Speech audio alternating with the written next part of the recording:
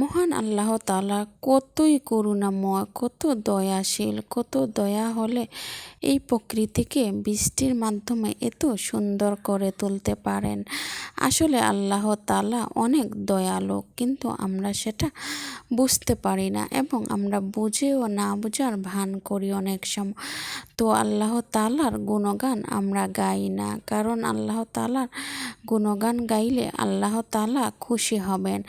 তাই আমরা যত সম্ভব আল্লাহ তাআলার গুণগান বেশি বেশি করে গাওয়ার চেষ্টা করব। তো আসসালামু আলাইকুম, সবাই কেমন আছেন? আশা করি সবাই ভালো আছেন।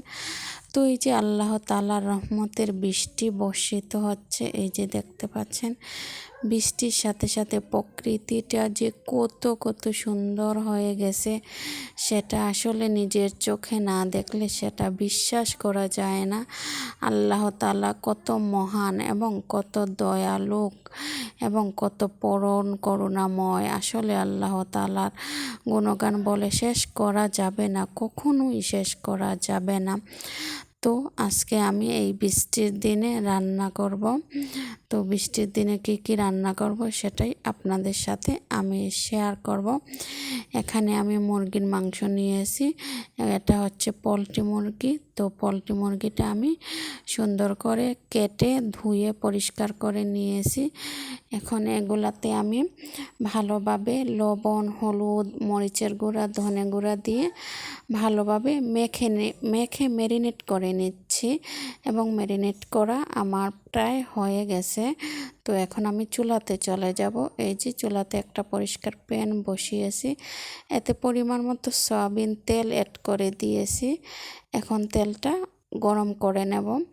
এই যে গরম হয়ে গেছে, এখন আগে থেকে ম্যারিনেট করা রেখে দেওয়া মাংসগুলো একে একে কড়াইয়েতে দিয়ে দিচ্ছি, দিয়ে আমি ভালো করে ভেজে নেব।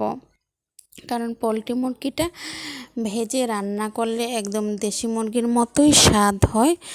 আবার অনেকে না ভেজেই রান্না করতে পারেন, যার যেরকম খেতে ভালো লাগে। আমার কিন্তু ভেজে রান্না করলেই ভালো হয়। এখানে আমি আদা এবং রসুনটা একটু আজকে শিলপাটা দিয়ে বেটে নেব, কারণ আজকে ব্লেন্ডার করা মশলাটা আমি দেব না। আজকে একদম টাটকা আদা রসুন বেটে রান্না করব। এখানে আমি পেঁয়াজ কুচি করে দেব, কারণ পেঁয়াজগুলো কুচি করে দিলে আমার মনে হয় বাটা পেঁয়াজের থেকে তরকারিটা অনেকটা স্বাদ বেড়ে যায় এবং ঝোলটা ঘন হয় কেটে পেঁয়াজটা দিলে। তো আমি এখানে পরিমাণ মতো পেঁয়াজ কেটে নিয়েছি।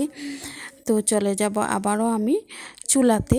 তো পরিষ্কার একটা প্যান বসিয়ে দিয়েছি, এখানে আমি সয়াবিন তেল অ্যাড করে দিয়েছি যাতে তেলটা গরম হয়, সেই জন্য চুলার আঁচটা কমিয়ে দিয়েছি। তো আমার তেলটা গরম হয়ে গেছে, এখন আমি এতে পেঁয়াজ কুচি দিয়ে দিব পরিমাণ মতো।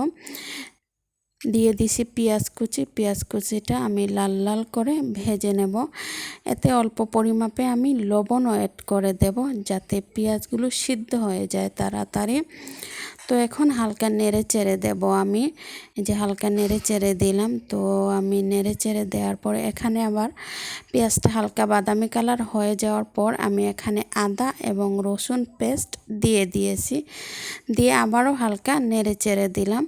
তো এখানে আমি মশলা দিয়েছি হলুদ গুঁড়া, লবণ গুঁড়া, মরিচের গুঁড়া, ধনের গুঁড়া, পাঁচফোড়ন, জিরা, লং, এলাচ, এগুলো সবগুলোই এতে দিয়ে ভালোভাবে কষিয়ে নিচ্ছি। কষাতে যতটুকু সময় লাগে বা যত কষাবেন মশলাটা ততই তরকারিটা স্বাদ হয়। তো এখানে আমি আগে থেকে ভেজে রাখা মুরগির মাংসগুলা মশলা কষানোতে দিয়ে দিছি। এখন মাংসটাও আমি ভালোভাবে একটু কষিয়ে নেব, কষিয়ে হালকা পানি দিয়ে দিলাম।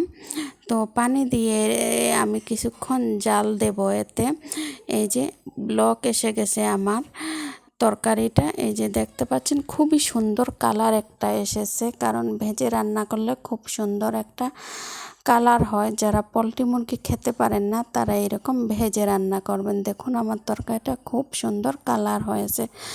তাহলে আমার আজকের ভিডিও এই পর্যন্তই। সবাই ভালো থাকবেন।